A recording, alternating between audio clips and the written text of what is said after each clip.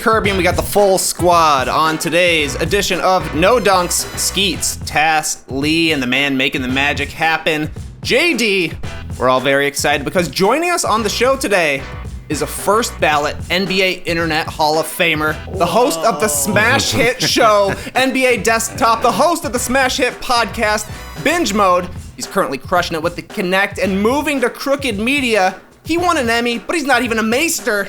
Network and No Dunks, they said it couldn't be done. Thanks for joining us, Jason Concepcion. So happy to have you on the show. So happy to be here. I just love to prove the haters wrong once again. I know they must be sick right now, and it makes me feel good.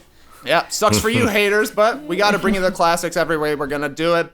Unfortunately today, we got to start the show with some sad news. Celtics legend Tom Heinsohn passed away Tuesday at the age of 86. Most basketball fans now know Heinsohn as the color commentator on the call for Celtics home games, but the guy was a Boston lifer. Joined the Celtics organization 57 years ago as a player when he won Rookie of the Year. He made 6 All-Star teams, won 8 titles in 9 years, went to the broadcast booth for a few seasons before returning to the sidelines as a coach, where he won another 2 titles and a Coach of the Year. After that, back to the broadcast booth for 40 years of calling out corrupt referees, comparing every shot blocker to Bill Russell, and basically inventing the term Homer. Celtic games, they're not going to sound the same without Heinsohn and his Tommy Points. Our thoughts and prayers are with the Heinsohn family and the Celtics organization. Definitely a bummer way to start the show. Rest in power. Ultimate Homer. The ultimate Homer. I would love to have earned a Tommy Point back in the day. Some incredible clips have been going around on Twitter. You can find them all on YouTube. There's a great Aaron Baines clip. I saw a great Greg Steamsma one today where he was compared to the shot blocking timing of Bill Russell. Didn't totally turn out that way, but some great stuff to go back and listen to, no doubt. Jason, it's been a busy week and a half. I couldn't believe. I looked it up. It's only been 11 days since you broke a whole bunch of news. It feels like 11 months, but it was Halloween weekend. You announced the series finale of NBA Desktop, the end of your legendary run with The Ringer, and that you're going to be joining Crooked Media later on this November. Then we had a full week of the election that won't stop, which culminated in a tremendous Saturday. Joe Biden declared the winner. Rudy Giuliani holds a press conference at Four Seasons Total Landscaping. Jason, what have these last couple weeks been like for you, man? Honestly, just a natural evolution from the last year to year and a half, where it feels like every day 10 to 12 jaw-dropping things happen that in past years, any one of these news items would have been something that dominated like the headlines for like a week. But now they just happen every day to the point where, I mean, you said it, it's only been since, essentially Halloween. It's like every day I wake up, and then by the time 5 p.m. rolls around, I think about, what life was like when I when I woke up and looked at my phone, and it feels legitimately like 2 weeks ago. If you were doing like a politics version of NBA Desktop, that'd have been hell, right? Because you guys would build the show, and then 8 hours later, it's like, well, throw it out. Now something crazier has happened. Now we have to lead with that. It would be a nightmare.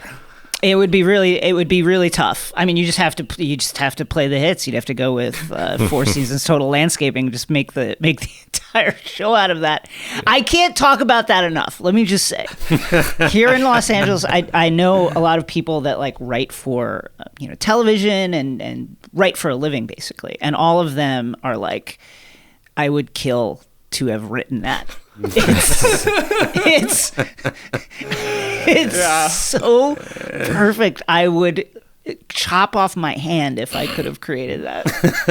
But isn't the problem if you were in the writer's room and you pitched that idea, people would be like, come on, man. No one's going to believe there's a Four Seasons. Come on, that's funny. I think that the core joke of it, which is they thought they were booking the Four Seasons, and the president tweeted that they were going to be at the Four Seasons. Mm-hmm. But then it turned out to be a landscaping company between a sex shop and across the street from a crematorium. I think that part of it is really, really funny. And then the next level, the levels to it, is that Giuliani gets the news that they lost, that the election has been called for Biden at that press conference, which, by the way, his podium was just like on dirt next to a hose and beneath like a chemical, an explosive chemical warning sign, and in front of a garage door that was just plastered with campaign posters. Yeah, that part of it is that part is super funny. I think it's just incredible. Angelina Burnett, who's a TV writer, there was news that one of the people that was behind Giuliani is apparently like a convicted criminal of some sort. Sex she offender. was like, that's sex offender. And she was like, that's what's called in the business a hat on a hat. When you put too many things on top of the joke. And that to me is where if in the writer's room you pitch that, it would be like, well, that's a hat on a hat. We don't need to go that far. I like how in 2020 we're all living in the Zoom culture. The first photo you think of, or the first background that you think of that people passed around, will be the total landscaping background that everybody's putting behind them now, because it is so widespread. That'll be the one that you think of. So it's nice to have that connection to this. It also feels so full circle to me, because all I remember like from early Trump was the photo of him looking at the kid mowing his lawn.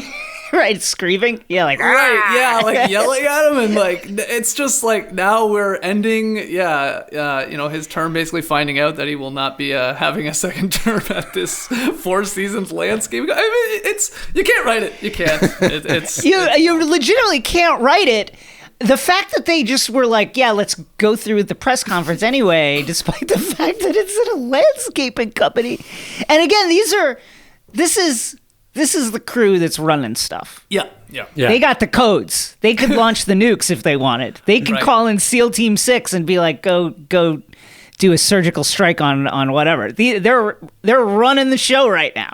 And that's Giuliani, who just a week or so earlier was exposed on Borat as well, like having his hands down his pants and then saying he was getting his microphone out, and it's just like, and now he's doing a press conference at the front of a dildo shop. Like, where does he go from here, though? I mean, talking about being out in LA with all those writers. Okay, so now what does he do? How can he top what he's done so far?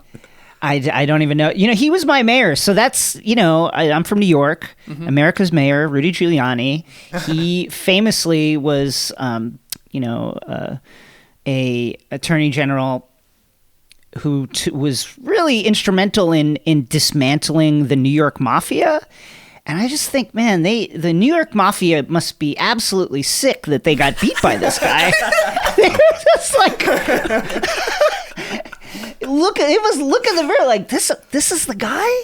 This guy took us out? What? They hit us with the RICO? This is ridiculous. What were we doing? That's the thing. They just weren't ready for the RICO. They didn't understand the RICO. Giuliani really kind of grasped what the RICO could do, and they weren't ready for the RICO. But it's not a great look to be beaten by this guy. Wow. Not a great look for that guy, no doubt about it. Tough. Talking politics, though, you said in your tweet you're going to be joining Crooked Media a little bit later this month. Is this what you're going to be doing with them? Just hopping on for a podcast and dunking on Giuliani? I think it would fit a little bit. No, I'll be doing, I can't talk too much about it at this point in time, but I can say like all the things that you would expect from me in terms of the brand I established at the Ringer. Those things I'll continue to do things in that vein. Oh, that's pretty cool. I'm not just gonna transition full time to landscaping news. It's not gonna happen. Yeah, well, leave the composting to Tass. Right, that's his corner. Yeah. Well, speaking of landscaping, something we discussed, what do you think is the difference between landscaping and gardening? I know the answer to this because I've worked part-time in landscaping as a boy.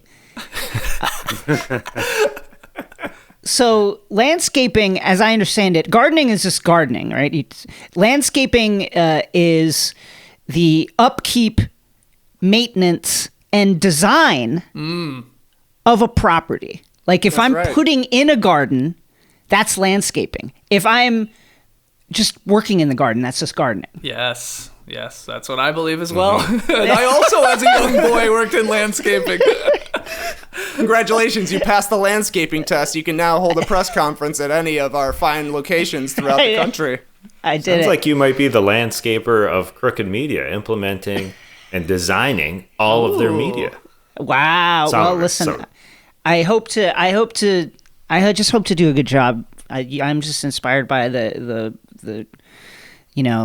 so many of the creative people in this space. You guys are up there for me, just in the way you've kind of like created this lane for yourselves that legitimately did not exist, before you guys did it. And, just following in the path that you guys hacked into the jungle. Well, we appreciate that. Why have you decided to move sort of from sports to politics? Were you just sort of not that you just did sports, because right? I'm gonna still be doing sports. I mean, on a purely like general level, politics is a huge driver of conversation right now. I think that's a thing everyone can agree on. And on a more personal level, it's just, I think like a lot of people, I don't want to say radicalized, but I've just been really affected by the things that have happened like in the last several years, and the opportunity to kind of like speak more about it, or at least in doing the, putting out the content that I'll put out in some way, kind of, turning the needle for the good, any small amount, I think is something that sits well with me as a human being. So I'm that would be satisfying to do, to try and be like, to have a platform to say things are absolutely bullshit when they are, and feel like that is somehow doing something, whether it is or not is, I think, up for debate. But to be able to say, hey, this is absolutely ridiculous and bullshit, and think that in any kind of small form or fashion that it's making a difference, I think is good. Awesome. It is good. Best of luck, man. I hope. Thank you very much. Appreciate it. Yeah, so you said you like officially sort of kick off, what, in the new year or before the new year? What? Yeah, like towards the end of this year. Okay, great. Okay, great. Yeah. Crooked Media. I can't wait. I'm happy to hear, like you said, sort of what you've built, and kudos to you, and your brand, as you sort of called it, is going to sort of that's just going to continue in this sort of political sphere, which is pretty cool. That's correct. Awesome. That's correct. And you still got some projects going on right now. Phase 1, I would say, of Binge Mode Marvel, right. which means, what, another 20, 25 movies left to go? I think you said you're continuing this as well? Yes, about that. I think we've got about another 20 or so episodes, movies, plus some mailbags and stuff, talking about the Marvel Cinematic Universe and some of the extended content, including drawing on the comics lore, which I'm a huge fan of from when I was a kid to today, to this very day. Just a thing that a topic I love talking about, and that Mal and I love talking about. How long does one of those episodes take you? Because they're incredibly detailed, man. You guys are both amazing. It feels like I listen to it, and the knowledge on both of you is through the roof with whatever you're talking about, Harry Potter, Game of Thrones, Star Wars, and now MCU. It's like, how long does one of those take you guys? It takes so just to talk about MCU, I started my rewatch like early summer of spring, really. Okay. Just to get the entire span of the MCU kind of back in my brain, and then started drilling down into the movies and taking notes. And then from a week to week basis, like I'll watch the movie, I'll take extensive notes on it. Then I have a reading list that I compiled from back when I did my first rewatch of comics that I think really fit what the discussion is going to be, and really seem to be have influenced the movie in general. So, like, obviously, if we're talking about Captain America: Winter Soldier, I'm going to talk about the Winter Soldier arc. I'm going to talk about I'm going to talk about Nick Fury vs. Shield, which is a early 90s kind of conspiracy-minded story about Hydra taking over S.H.I.E.L.D. I'll reread those, and then once we get in the doc, that's like maybe a 2-day process of putting the doc together, creating the history segment, which is called the Sanctum in this particular series of the pod. And then we'll record it, we'll listen back to it and kind of fact check, make sure everything's right. Mm-hmm. And that we haven't canceled ourselves somehow. And then always a worry. Always a worry. And then we'll put it out. It's hard to put an hour time limit on it, but I will say, going back to Binge Mode, Game of Thrones, and Harry Potter, these are spaces in which that are pretty crowded. There's a lot of podcasts out there. So the thing that we want to bring to it is just as much effort and care and attention as we possibly can, on top of like the chemistry that we've built as hosts to talking about a particular subject.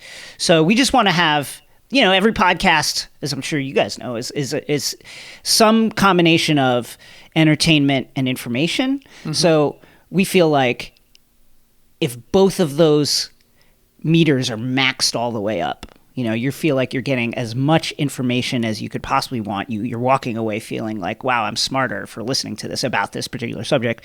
And also that was a really entertaining way to get all that information. Then we feel like we've done our jobs, and we feel really lucky that that the podcast has found an audience, that people like it.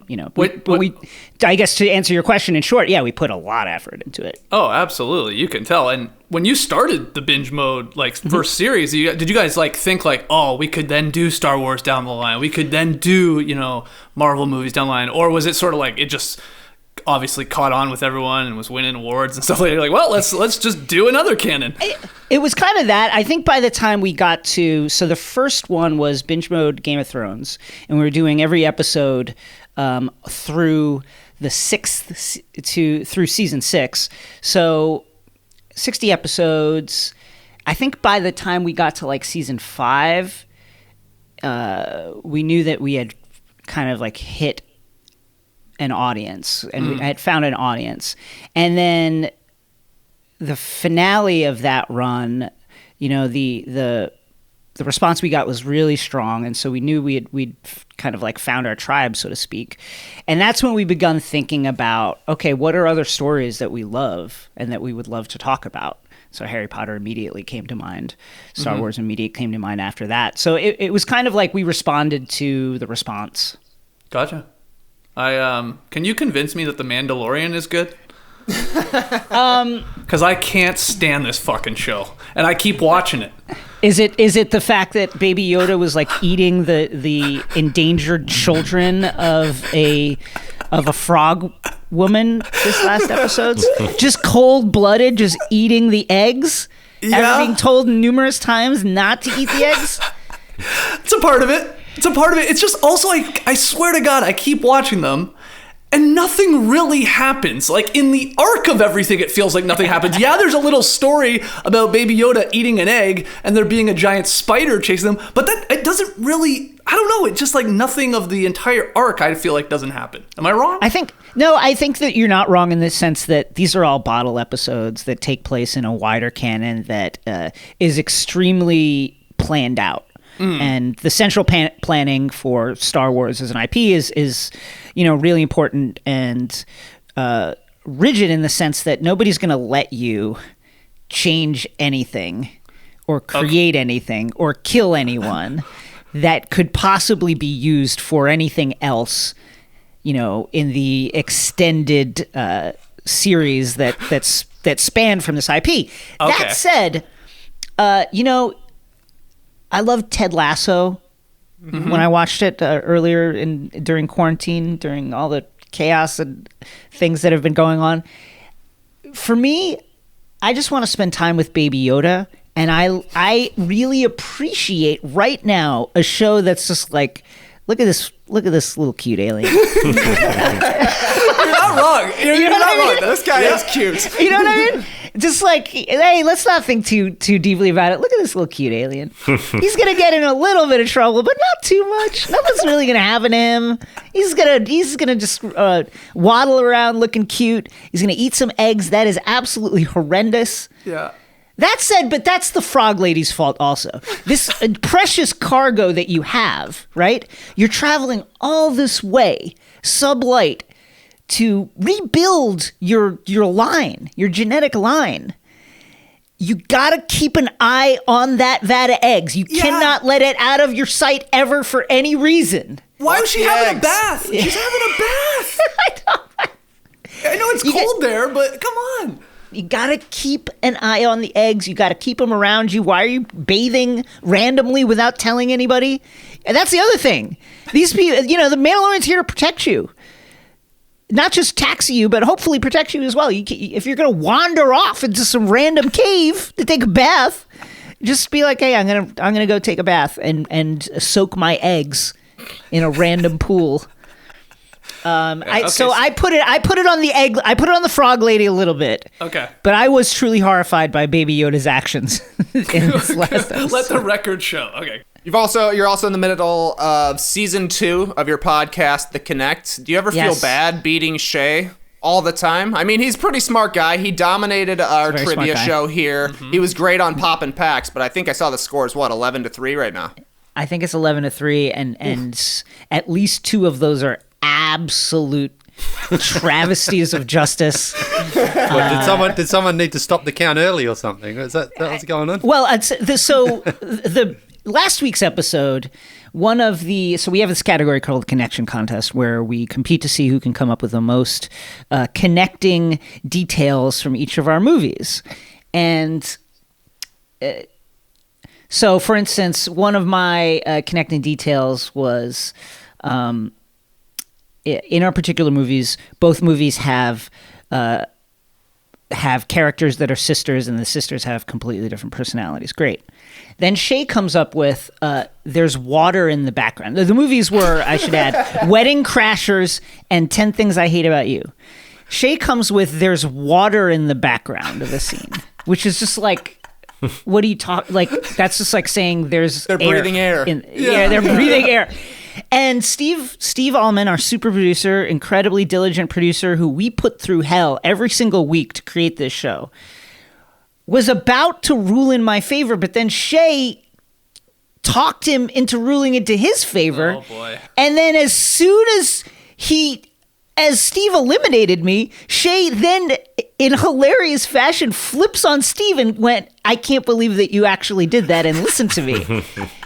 Like the scorpion stinging the frog in the back. It was truly incredible and an absolute travesty of justice that I will never forget. Honestly, the hardest thing about that podcast is Shay accuses me of crimes every podcast. I made the mistake of telling a story of how I was fired from a convenience store in college because the manager accused me of taking a burrito without marking it out. Yep. I've heard this on the Connect podcast. Yep. And let me just say, first of all, I'm innocent of all charges. But he called me into his office, and it was like a cop movie. Like, I came in, and as soon as the door closed, he had a clipboard, and he slammed it on his desk. And he went, how long have you been doing it? Like, really aggressively. I was like, what? And then he accused me of taking the burrito, to which I would say, this place is covered in cameras. Where's the video? Yeah. Where's the video evidence? Anyway, I was fired for that. And Shay, every episode, accuses me of doing it. And he has his lackeys on social media, his minions, accusing me of committing that crime, and I'm innocent. Wow. I will not stand these slanders to my reputation. Yeah, and you can't because, look, you're going to crooked media talking about politics. You might get actually into politics. You can't have that on the record. I can't have that kind of slander on my record. No. My record is clean. I have never stolen a burrito or any kind of foodstuff, and I'm unaware of any missing burritos that have occurred during my time at any particular convenience store that I have worked at. Sounds like Shay's projecting. I'm just putting him in the Donald Trump seat. I'm calling him for stealing burritos himself, and he's projecting it on you as the burrito stealer. I don't want to go there. You said that. I didn't say it. I can do it. But I am not disagreeing. I'm just sitting here listening to that. He often tweets how Mexicans are perfect, and he puts a photo out of what he's eating, and there's often a burrito there. So he has some burrito bias. Oh, listen, it's very compelling. It's a compelling case you're putting together. Usually with a cup of Big Red. Exactly. Yeah. But it could be a big orange face. I got nothing. Yeah, he's got the FOH army. We've got the Tweet of the Week army. Let us know if there's anything you can do to help out your cause. Oh, God, that'll be like a Game of Thrones scene there. Those two armies coming together. There must be a bit of overlap, though, in those two groups. I'm sure there's overlap. So we mentioned it earlier. You just finished up NBA Desktop. We Yes. got to know, what's it like to win an Emmy? Oh, it's as I've said before, it's an honor just to win. It was really amazing. Like, getting nominated, first of all, was absolutely incredible. And then winning it, in the moment, you don't feel that anything has really changed. You know, when you're there amongst like all these people from ESPN and NBC Sports and CBS Sports and ABC Sports and Fox Sports, you know, with these huge budgets that are doing stuff, it kind of feels like you got away with one. At the same time, you know, on that evening, there were just so many people that talked to us afterwards. Eric Rydholm is one who's producer of PTI and various other shows across ESPN's platforms. He was like, it's going to change for you guys in terms of the way you're perceived within the industry. And that has really been true. You know, we just try to put out the best show that we could week after week. But what really changed is you have a level of legitimacy once you win one of those, which I don't think I appreciated until, you know, you're in meetings with people and like someone's introducing you as like Emmy winner, and you're like, oh yeah, we did do that. That's kind of cool. Sounds cool. It definitely sounds cool in a meeting. Yeah. So it was really amazing. Like, I still to this day can't quite believe that it happened. We shook Scott Van Pelt's hand. He was very nice to us. That's awesome. And like you said, you're just trying to put out the best show. There's been so many incredible moments from NBA Desktop. I don't know exactly how many episodes you ended up doing. Do you have a favorite moment from the show? Oh, wow. It's over 100. I know that we blew past 100 and didn't realize it. And, Whoops. Dylan Berkey, one of our production assistants, told us. And so we had this plan in our back pocket that we would like just drop the 100, like this 100th episode extravaganza, even though we were on 115 or whatever. We never got to do it. I would say my favorites are the Disney episode for the bubble, going into the bubble, where we did our whole show as a Disney musical, taking songs from various animated Disney movies and repurposing them for the bubble. That was really fun and just great because we got to have some of our favorite people singing on that. I would say the Mellothon, which was, I think, first season or second season, which is when we were raising money to buy out Mello. That was great. When we did like a kind of true crime thing on Kevin O'Connor getting locked inside. That's one of my favorites by far. I think that's actually one of our lowest viewed ones, but honestly, it just cracks me up every single time. Not because it didn't happen, but because it just kind of proves to you how easy it is to poke holes in a story that's true. Right. You know what I mean? Like, we just found so many funny things that like didn't quite line up, even though the story is absolutely true. We were just like, well, first of all, look, this fence doesn't line up with the fence that Kevin described. And we just went point by point debunking Kevin's story. That was a really fun one. We've done not like Desktop, but obviously skits before in our long history of the show too. And again, we know how much work goes into something like that, and for you guys to pull off a lot of those unique things every week is pretty impressive. Were there times, though, you can be honest with me, like where you come up with the idea, it's pitched, maybe you shoot it, and then you're putting it together, and then everybody's like, oh God, I don't know about this one. Like, did things, see the cutting room floor, basically? Yeah, that's happened before. Yeah. But honestly, not that much. We got lucky. There was a couple things that we had cut because maybe the idea wasn't quite baked in terms of like which direction the comedy, so to speak, was like punching. Mm-hmm. Like we did one on Officer Alan Strickland, who is the Alameda Sheriff's deputy who is currently trying to sue Masai Ujiri for assault, even though the body cam shows that is clearly not the case. So we did a thing where we just roasted him with hilarious names, or we thought hilarious names, for like a full minute of just like names like the Shield's Michael Dickless and Law and Order Special Sandwich Unit. Like we just went on and on. Right. But then when it came out, it wasn't, we were like, okay, now it just seems like we're making dick jokes. We have to make it clear that the joke is that when he compared stopping Masai from coming on the court to like stopping the Munich massacre, that's like actually you go beyond parody at that point. So all that's left is just to shit on this guy. So we delayed it a week and we reworked it as like a quicker thing. And there's other stuff that we did where it was like, oh, will James Dolan sue us if we go at him this hard in the paint? Yeah. But in terms of like the stuff like straight out not landing, it didn't happen too much. And that was really just having some really talented people around us that we worked with a lot. Tyler Parker, who's he often played Alan Strickland and other people throughout our run, and just having access to some really, really funny people here in LA that we could call on to like help us with stuff just really helped.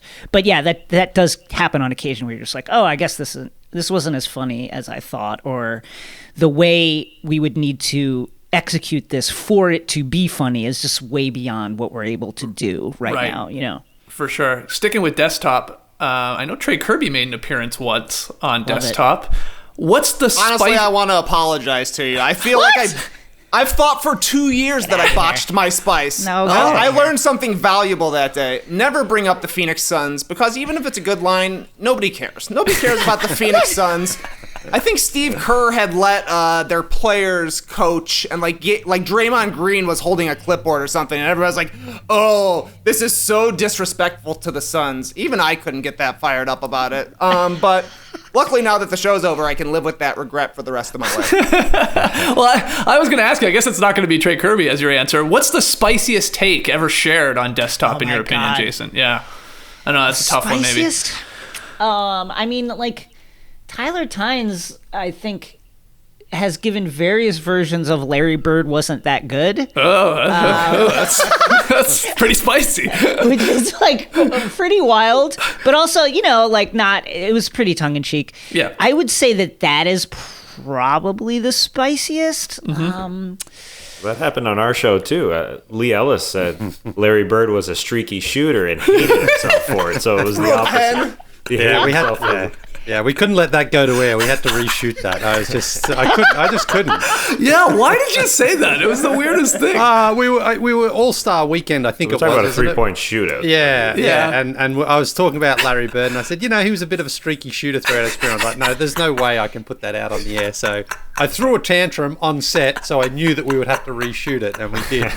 Fortunately, that one never saw the light of day, because I would retire immediately from any sort of basketball coverage if that ever got Tyler Tynes would have loved that. Yeah, I love stuff like that, because to me, like, listen, it's you're in sports media. Takes are part of the currency of what we do. You take a position on something, you're right or you're wrong, which is really less important than the conversation that position generates, right? Mm-hmm. So for us, Spice was like, what is the absolute wildest position that you can take that you can then justify rhetorically, almost like a debate exercise, whether you believe in it or not.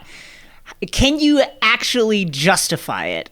And to me, that was what was fun about the exercise. So to me, like, honestly, the more out there, the better for me. And correct me if I'm wrong, Trey, you were there, so you can speak to this. Desktop, it was filmed in like a closet, wasn't it?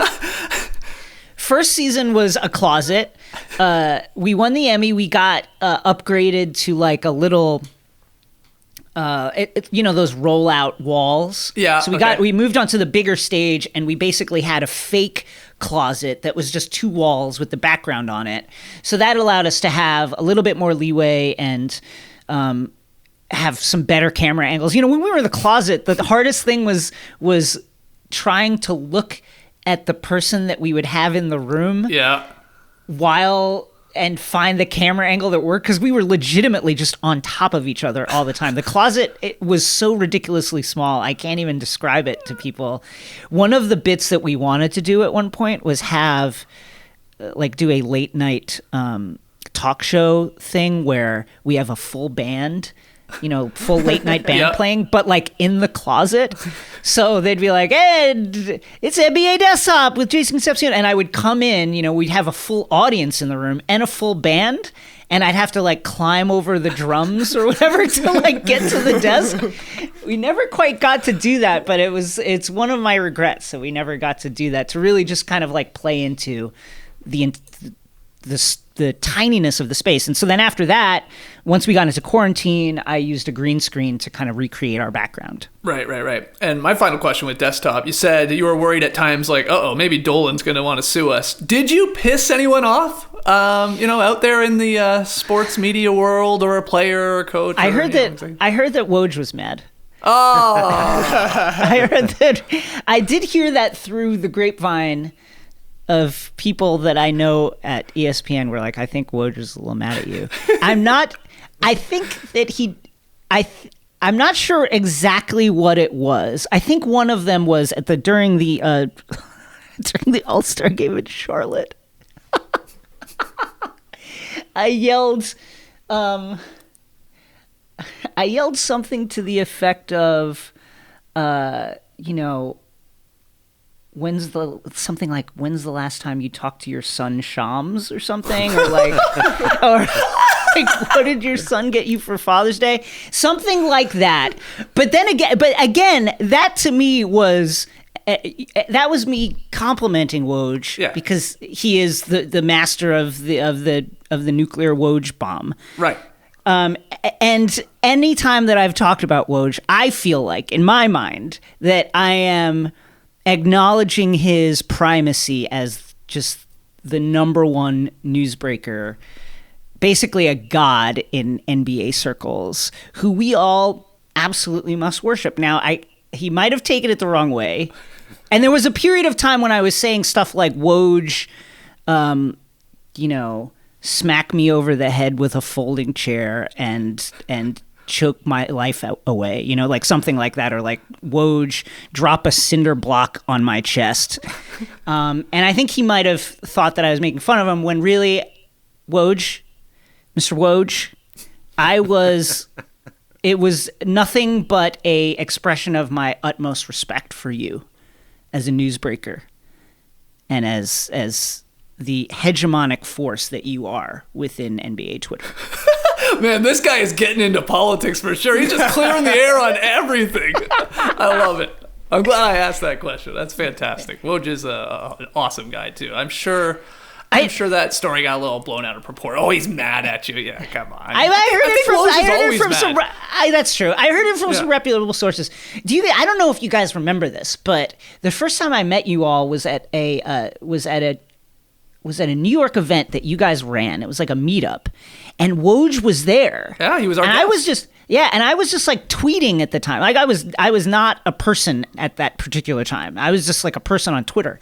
And I remember Woj was the first human being that I ever saw in person who had like 3 phones. He was juggling like all these phones. Yep. And he had like 2 phones open and was like typing in one and then put one away. And I was just like, wow. Woj, holy shit, there he is. It's Woj. We were recording a live podcast with him, Yeah. and he was juggling the phones while we were talking to him. It's And Amir unbelievable. Blumenfeld was the other guest that night. Wow, okay. I did not know you were there. I don't think I knew was that. there. I was there. That's fantastic. What was the name of that place called? Does anyone remember? Frog or something? Turtle Bay? Turtle Was that Bay. the one Bay, in Turtle New York? Bay. Yeah. Turtle Bay. Good call. Good call. Great turnout. Shout out to New York. Perfect segue as well. Jason, Yeah. you're a Knicks fan. Oh my gosh, yeah. I'm a Bulls fan. I'm just thankful that the Knicks are such a disaster. The Bulls slide right on by. How First dare you? question. Yeah, Yeah. it's beautiful. Two of the teams in the hugest markets in the entire league, just completely incompetent, but luckily your team is even worse. First That's question true. I want to ask you about the Knicks. When is the last time you saw Eddie? The movie Eddie? Yeah. Oh man, it's been a minute. It's been over a decade for sure. It's just too painful, honestly, to pretend that the Knicks were relevant, even in fiction. Like, just be good, guys. The team has the worst record in the NBA over a 20-year span. Like, that's incredible. That is wild. And should not happen. Like, it's one thing to be bad for stretches. Like, I think you could argue that with the Bulls, right? They had some nice moments under Thibodeau and the Derrick Rose years, and you know, there was some bad luck there. But that's within living memory. That was not like a million years ago. You know, and certainly there's been mismanagement since. You know, and the previous coaching regime was an absolute disaster.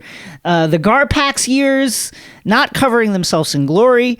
That said, you make mistakes sometimes. When you're bad for two full decades, and the only times that you were good were really these kind of weird blips like Linsanity, and then the time that, you know, they put 40-year-old Jason Kidd, Rasheed Wallace, and a bunch of other people around Melo and decided to shoot threes and like stumbled onto small ball. That's basically it for 20 years of Knicks basketball, those 2 seasons. So it's been very tough, and it's hard for me to engage with stuff like Eddie, where in that fictional world, the Knicks are good and mean something. It's very hard. Well, don't worry about it too much. Eddie is not available on any streaming service. Wow. I'm convinced it's because at the end, they all come and they occupy Madison Square Garden. They have That's right. everybody out there on the court, forcing the owner to sell the team. I'm convinced that the reason this isn't on streaming services, they don't want to give anybody any ideas. I mean, look, you act like that's a conspiracy when I think that that's not that far-fetched. Right. You know, like Dolan is you know, extremely connected in the media world. Former board member of Live Nation, like he controls the most important live venue in America. Like, there's a reason why his band opens for the Eagles, and it's not because they're good. You know what I mean? Because they're great, Jason. Okay, you're right. Yeah, that's true. So You should have tried to get JD in the Straight Shot to be the house band for NBA Desktop. He probably would have taken that gig. honestly, I would have tried. I would have tried. If he, that's a person that I think probably is mad at NBA Desktop. Anyway, you act like that's a conspiracy. I think that I wouldn't put it past. I wouldn't put it past Dolan to be like, get that. I don't want that. I don't want that around. He's extremely prickly and does not take criticism lightly. No, that's probably true to some extent. Lee, what were you going to ask him? You're a big Knicks fan. Yeah, so that night you talk about when we all met for the first time in New York, Yes. I remember talking to you about the Knicks, and it was just after the Al Harrington era in New York. What an era. What a lively conversation that must have been. My God. But your level of frustration was just off the hook because you talked about him dunking to get the tech foul to lose a game. And then He did it twice. He did it twice. Yeah. And then a couple of weeks later, he was ringing the bell to open the the Dow Jones on Wall Street. Like, So this was the D'Antoni era, and you know, every win was an important win. And Al Harrington, the Knicks were playing the Clippers, and it's coming down the wire. close game, and Al Harrington dunks the ball and hangs on the rim, like alone by him, and hung there. And so they teched him up. Knicks lose the game. Knicks go to Los Angeles to play the Clippers, and he does it again. It's hard to have a signature move these days. He did it twice. He lost the Knicks 2 games for hanging on the rim against the same team. It just, you can't make it up. It's unbelievable. Also, you guys may remember this. Al Harrington had a chimp. Do you guys remember this? He did? No. I know Mike Miller had a monkey. I didn't know. Mike Miller's monkey, I think, was like a one of the smaller monkeys, and I believe his monkey used to ride his dog around the neighborhood. Yeah, that sounds right, yeah. So, but Al Harrington had a chimp, and I don't know what happened to it. I've been trying to find out, but I remember during this time, it was like the era of Al Harrington had briefly talked about his chimp, but then there was no news. So during this whole time when Al Harrington was frustrating me so much, I was also trying to find out what happened to his pet chimp. I'm going to look it up really quickly while we're talking about it. Yeah, now I got to know. Yeah, now we got to see what's up with this thing. Al Harrington, here's SB Nation, 2011, Al Harrington has a smart chimpanzee. And there he is with it.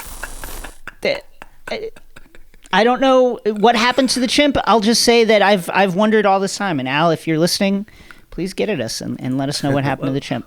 Let us know, for sure. Some spice I remember from the desktop days. I think it originated on the Ringer NBA show, but she brought Kevin O'Connor over. And this was when things were falling apart for the Minnesota Timberwolves. And he says, I would fire Tom Thibodeau today. Today! It sounded insane at the time. He was completely right. Now Tom Thibodeau is the coach of the Knicks. What do you think about this new Knicks brain trust of Leon Rose and William Wesley and Thibs coaching? Well, they have yet to do anything for me to judge them on. Sure. So I'll say that it's positive in the sense that, William Wesley, obviously super connected. Leon Rose, obviously a super connected person. One would assume that they understand the way the Knicks are perceived in the wider NBA, community, and that hopefully they have open eyes about that and are reality based about that, and are dedicated to changing that. Because I think that's really important. One of the things I think has kind of bedeviled the Knicks over the years has been this idea of, we're New York, it's incredible. You come here, we'll build a statue to you if you win. Players can't wait to play here, yada yada yada. And I think that's not necessarily the case. Hopefully, Leon and Worldwide West will kind of be more smart about the way they approach free agency and approach their relationship with players. Right. That said, I don't know how many times we've been through this. It's like, it's a new regime, it's a new day. We're gonna build the right way. We're gonna build from the ground up. Blah blah blah blah blah. Let's see it. I'd like to see it. I want to see them do it. I want to see them manage the cap the correct way. I want to see them not throw big money at stupid players. I think that there have been baby steps in the right direction. Even last season, which was not a good season, but at least the players they signed, Julius Randle, et cetera, were not signed to these kind of like crippling contracts. They were signed as a way to kind of have an asset that you could then move and you're not tied into, assuming those players played well. So that was good, and they weren't giving up picks the way they have in the past, which is also a good sign. For Thibodeau, I had criticized him similarly in Minnesota. I think that he would even say that if he had a failing, it was like not really communicating well with his players. That's aside from playing them like 41 minutes a game, which I think is just a thing that he's going to do. I've talked myself into it because I'm irrational. I think that if you look at the advanced numbers, I think you can say pretty fairly, okay, Thibs moves the needle in terms of his offense. He's a good coach, offensively and defensively. He makes a difference. In terms of communicating with the players, hey, that's why we have Leon and Worldwide West now, right? So hopefully there'll be a better flow of communication from coach to player and up to the front office. And in terms of playing players too many minutes, these guys are all young. You know, like, what can I say? They're all young. They want to play. They're all young, and they need the reps. So I'm pulling for him. He's not the guy I would have chosen off the bat, but I've talked myself into it. But so Chris Paul's a certainty then to go to the Knicks for 2 firsts and Mitchell Robinson? Yeah, that's the question. Are you nervous then this summer because the Knicks have a lot of cap space in a free agency that doesn't seem to be that enticing? Are they going to end up pulling the trigger on something silly? I hope that they don't do that. I ardently hope that they don't do that. You know, there's been various things bandied about, deals for CP3, etc. Listen, the Knicks haven't had a point guard that's worth talking about since Stephon Marbury and, I don't know, like 3 weeks of Jeremy Lin. And that has been a really difficult thing and one of the grand failings of this organization, you know, in an era that is the most point guard laden era in NBA history. I think you could argue the Knicks have struck out time and time again in trying to find a point guard. So I hope that I just hope that they manage their resources in a smart way, which is a thing they haven't done in the past. Yes, I'm worried that they'll spend big money, but like, you know, I think the moves they made last year, you could argue for them. They didn't cap themselves out. They didn't handcuff themselves to deals that were overly onerous, and they've managed to hold on to their draft picks. So just keep doing that. Nobody's expecting anything from them this year except to develop the players that they have and draft well. You know, so just continue to do that. Is there anyone with that number 8 pick that you would like to see them take? I mean, you talked about needing a point guard. Maybe they move up. Are you a college guy? Are you following, Kevin O'Connor's big board? What do you got there? Yeah, I follow it as much as I need to in terms of understanding who specifically, again, the point guards are in this draft. I'd love to see them take a point guard. I think Tyrese Maxey, considering the kind of like Kentucky links that the team already has, seems like a player that they might take. Killian Hayes. Do they want to go French again?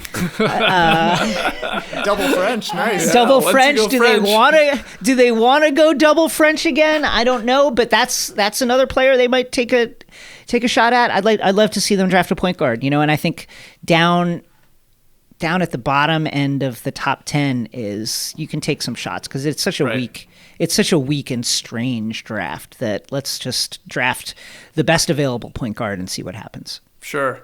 And before we move on from the Knicks, I should say, what's your take on these leaked jerseys? These City Never Sleeps, New York Knicks, circular, sort of a gradient, black.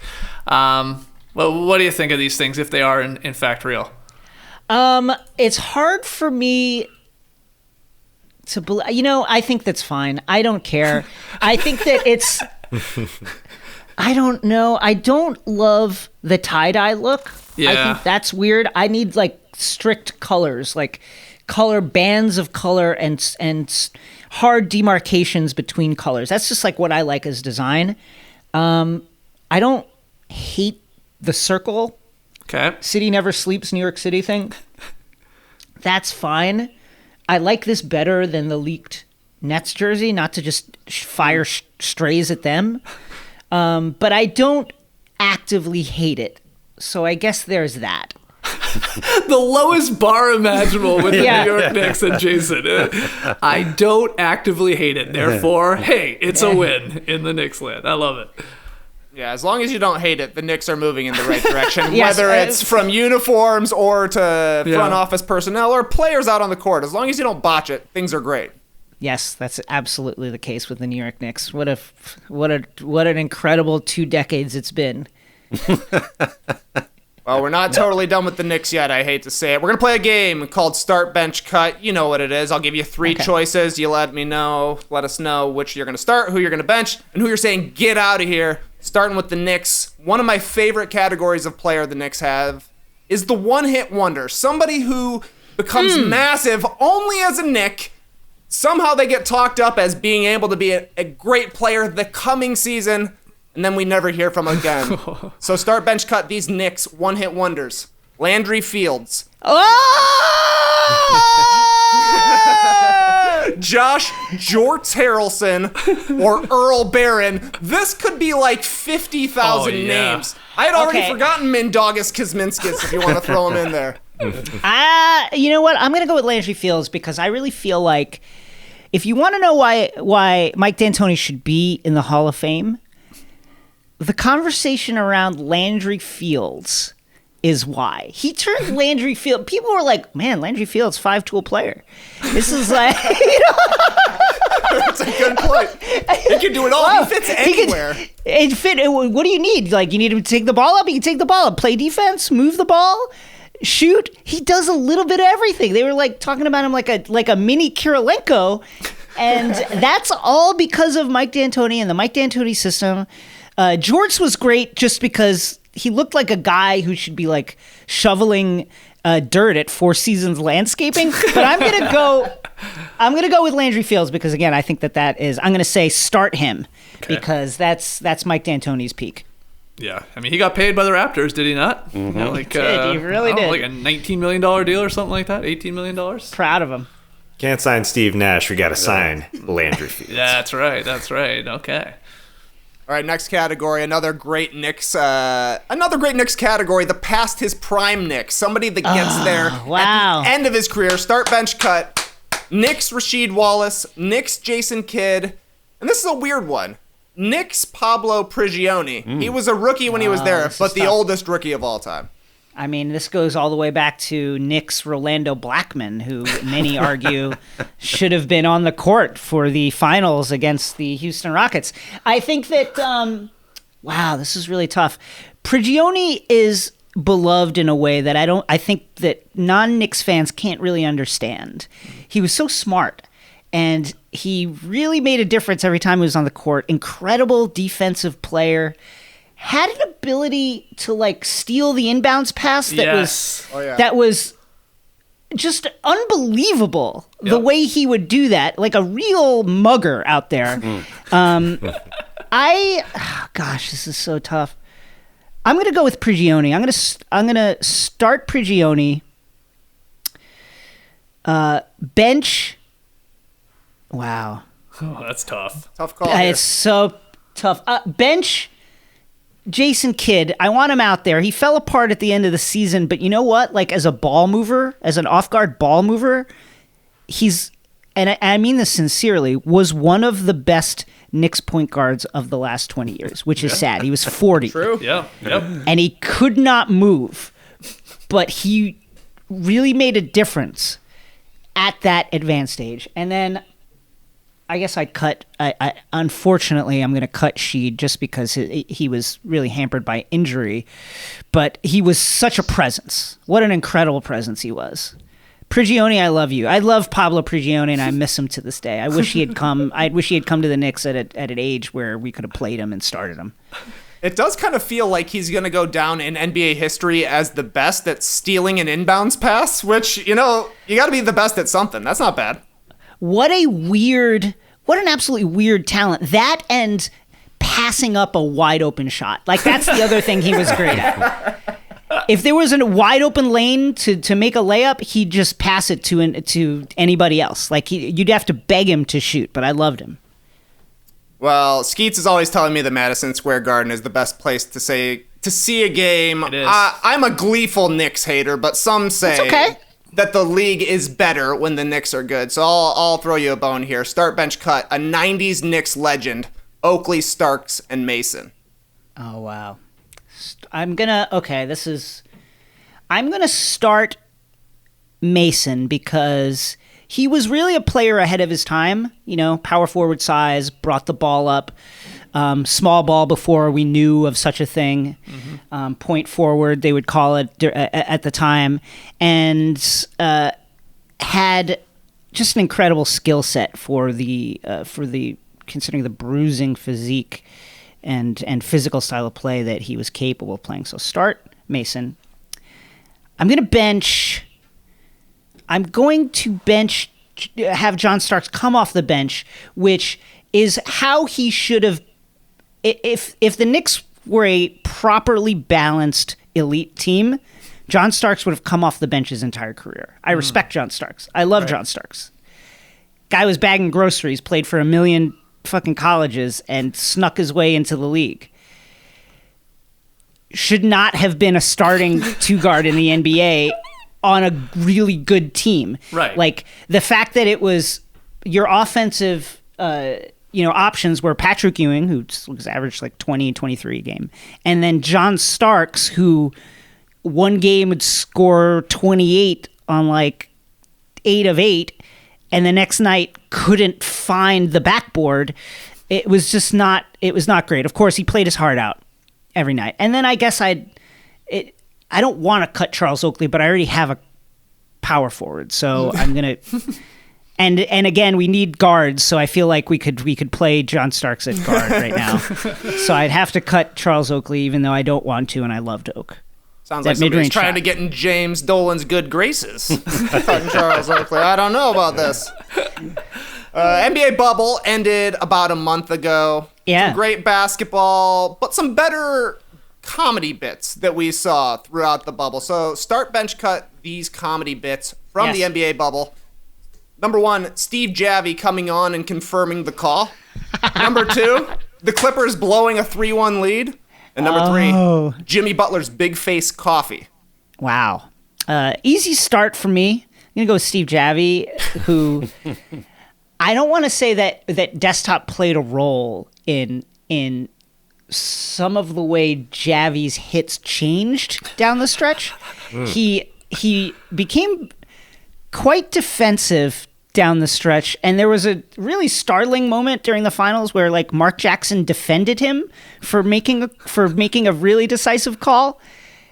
That said, it was absolutely one of my favorite running subplots of recent years was Steve Javie coming out to analyze a call, wasting time until the call is made on the floor, and then absolutely agreeing with the call. It was it was amazing. Amazing stuff. So Steve Javie start. I guess, you know what? I'm going to bench Big Face Coffee.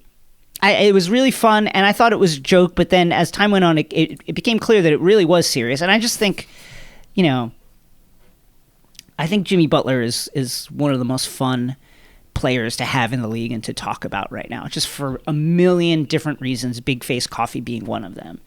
And then I'm cutting the 3-1 lead for the Clippers because like I'm bored of it at this point. You guys get it together. Get your act together.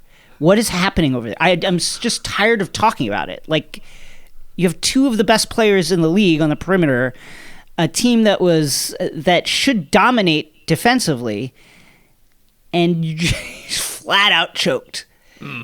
I'm tired of talking about it. I'm cutting you.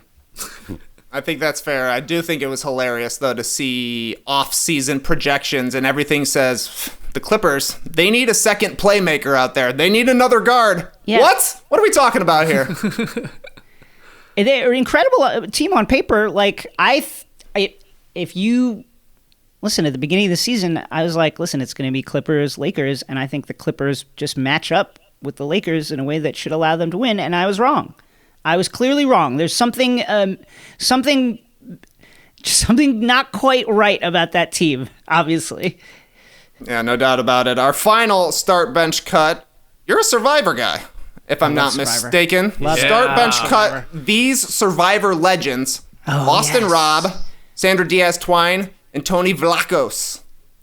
I'm going to start Tony. I think he's the greatest that's ever done it. I think that the game has changed a lot in recent years. The pace of movements is completely different than it was, 10, 15 years ago. Like, you go back and watch Heroes versus Villains, for instance, and it's a lot of like long-running alliances, and the way the game is played now is just like alliances last as long as a game or a couple of moves, and then you move on to something else, right? Yeah. And I think Tony's natural pace of play is perfectly fitted to that. The fact that he was able to win and the way he won this this past season, despite everybody understanding that he was a huge threat. I think it's just a credit to him as a player. Like, I don't think the guy sleeps. You know, he's climbing trees. He's burying himself underground. It's like, what more could he do? I'm going to go with him. Second, Sandra being the first two-time winner. And some of the moves that she has made over the years are just cold-blooded. And I think the fact that she could do it without ever being a physical threat shows you how good she is as a strategic player. So I'm going to go Sandra. And then I'm going to get a lot of hate for this.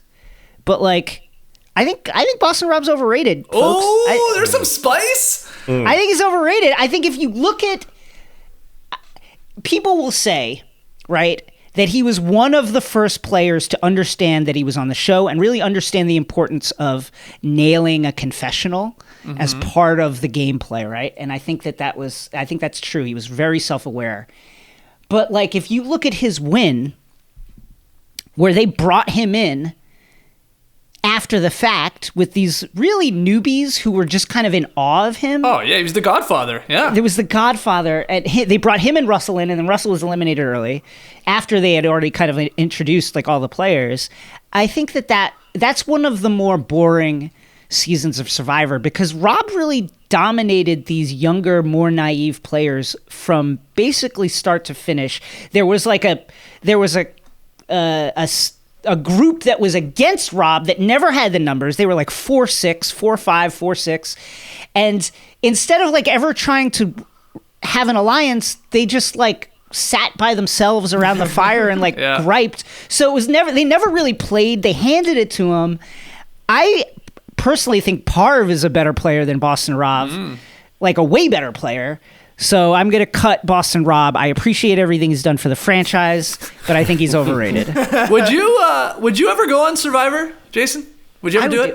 I would do it, although I think I would die. I think I'd be one of these people that, like, gets like a fever, or I forget the name of the guy who, like, broke his back on the boat, or the boat hit a wave.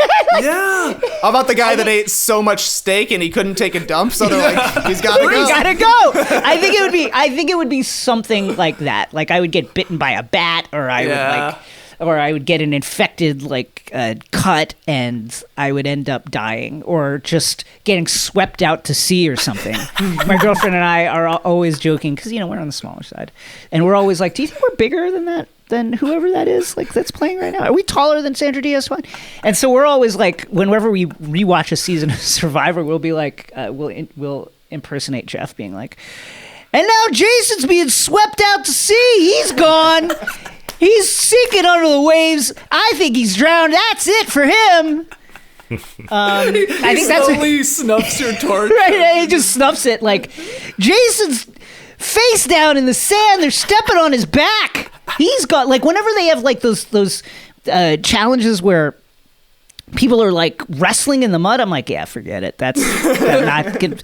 It's not going to happen. I'd die.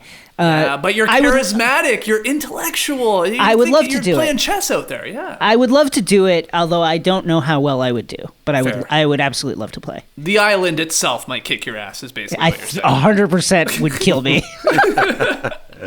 Jason, thanks so much for joining us today. We'll have to have you back on whenever Survivor finally launches again, and we can talk no buffs. We can't wait to see what's next. If the people somehow don't know where to find you, let them know.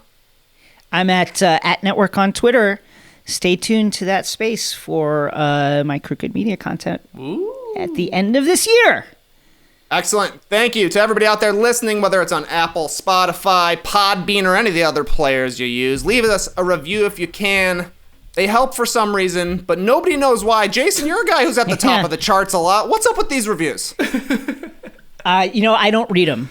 That's that's what I will tell you. I ask for great reviews, but I never read them. That's exactly right. We read them all the time, and we just obsess over them. Yeah. Obsess over them. 5 stars only. But with the draft and free agency coming up, you're also going to want to subscribe to The Athletic. Hit up theathletic.com/nodunks to subscribe for $1 a month. Just talked to John Hollinger about his mock draft. There's going to be a bunch more coming during this abbreviated off season. It's going to be crazy, and you're going to want to stay up to date. If you're watching on YouTube, please like, subscribe, turn on notifications. We're on the road to 20K, which would be absolutely perfect for the 2020-21 season. Clipper Bros! You heard it here first. Have a great time. Turn up. Love you guys. Awesome. You could stay